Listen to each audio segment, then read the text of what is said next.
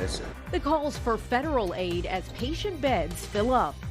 Plus, you better buckle up.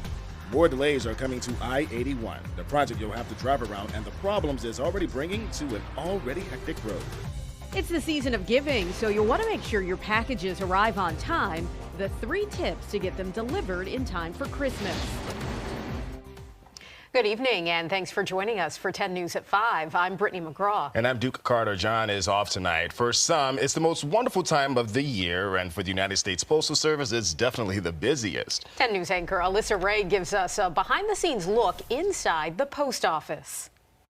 The United States Postal Service Processing and Distribution Center is like the North Pole this time of year. Sans the man in the red suit. We prepare for this all year round. This is one of those things that's our time to shine. We're used to this. You know, throughout the country, we've installed 249 new high-speed package sorting machines in just the last 2 years. No elves getting the letters and gifts out because most of the sorting process is automated, especially in the distribution centers. 138,000 packages came into the Roanoke facility over the weekend alone. There's different machines for letters and flats and packages, and once it's processed, you know, it gets out to post offices and to your carrier for delivery. No naughty or nice lists here, but the USPS does have a list of tips to make your deliveries as smooth as Santa's sleigh, like pay attention to deadlines and check the address twice, making sure the zip code is correct. Make sure when you're mailing packages, it's in a sturdy package. We have priority mail boxes for free in our lobby, but if you choose, you know, your own packaging, make sure it's a sturdy box. To make the season merry and bright, the post office needed more than Dasher and Dancer. It hired 28,000 seasonal workers across the country. It also converted 100,000 part-time employees to full-time employees since January of 2021. Helping mail out your deliveries in the St. Nick of time. In Roanoke, Alyssa Ray, 10 News, working for you. And these are the recommended send-by dates if you want a package to arrive before Christmas. Now, standard and first-class users need to mail by December 17th, priority mail by the 19th, and priority mail express by the 23rd.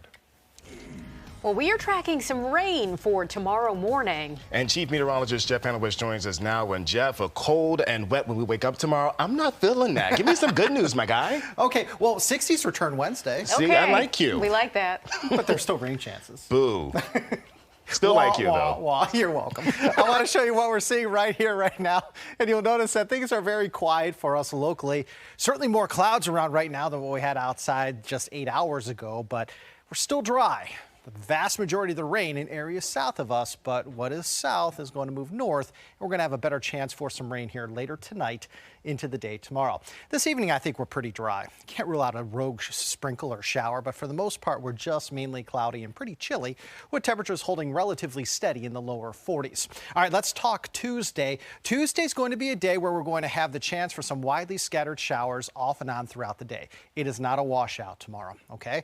Temperatures start out near 40 with highs in the lower 50s. So we're not quite as cold tomorrow with temperatures seasonable for this time of year, but don't expect to see much sunshine tomorrow. Don't expect to see much sunshine really the rest of this week. What we're tracking here, showers return late tonight into Tuesday. We're trending milder Wednesday and Thursday with highs both days in the 60s, but we're then going to turn colder by the weekend. Duke? All right, thank you, Jeff. Drivers, be alert and prepared for delays. We want to show you all a look at our traffic computer along Interstate 81. And as you can see, we got a lot of green here across the viewing area, except for this part near Salem. And that's going to be a problem because in about 2 hours, that traffic flow is going to change. The reason for that is because of the right lane closure on I-81 southbound near mile marker 138.4. VDOT staff say this will allow crews to repair the bridge over at Goodwin Avenue that a tractor trailer hit. Now, this is near Salem.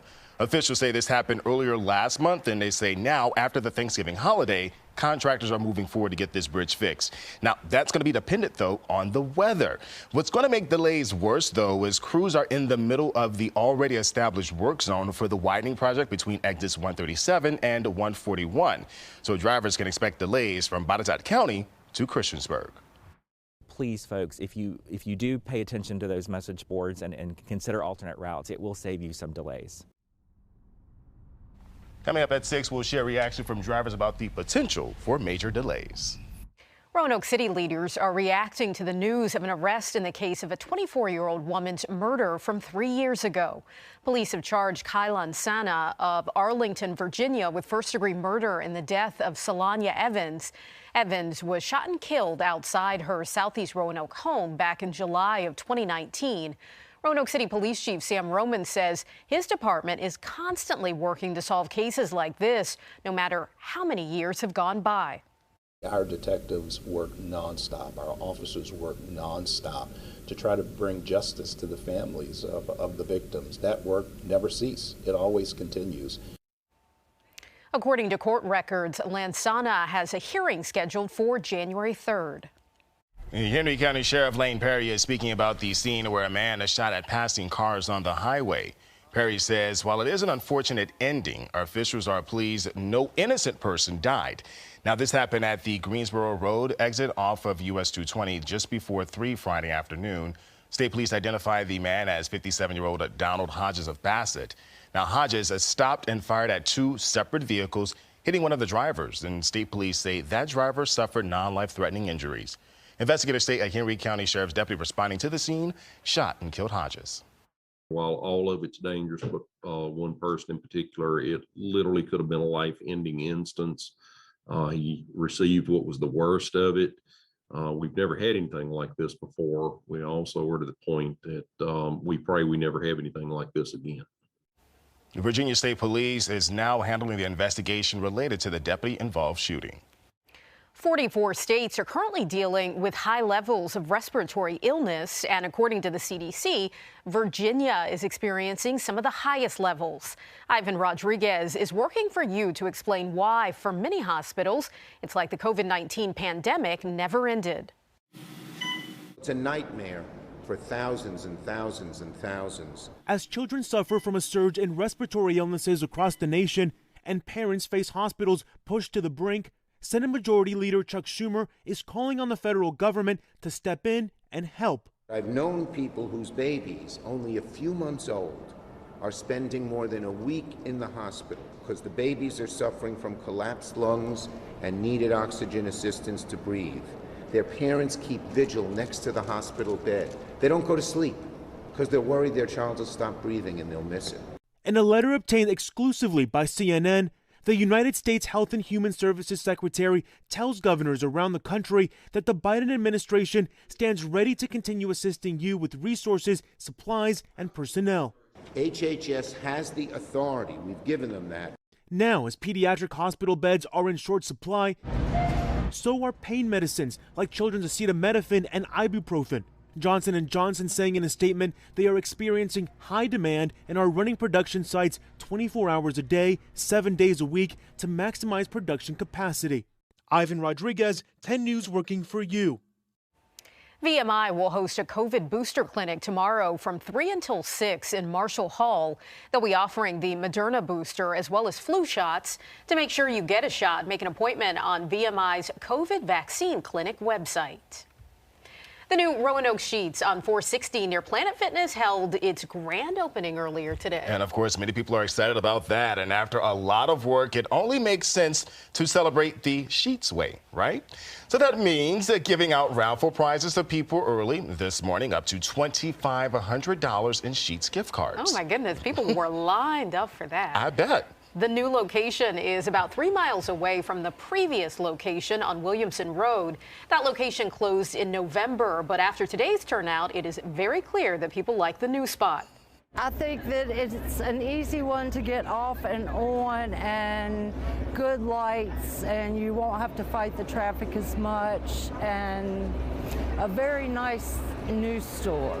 It should be easy to get in and out. You don't have the crowd of red light and everything, and it's real nice. Real nice indeed. So the new Sheetz also features a car wash and a 24/7 drive-through. The FBI is joining the investigation into power outages in a North Carolina county. While solving the case, of course, is a top of mind for them, the priority for over 30,000 people still without power is trying to stay warm. Got no way to heat because we don't have a fireplace.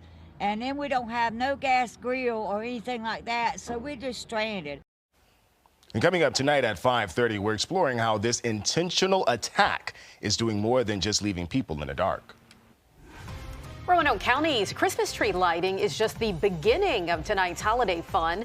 The 3 other holiday staples that you won't want to miss. And it takes a great kid to have a special 30 Days of Hope story. Still to come, Demarion has plenty of life and energy and would love a family to match.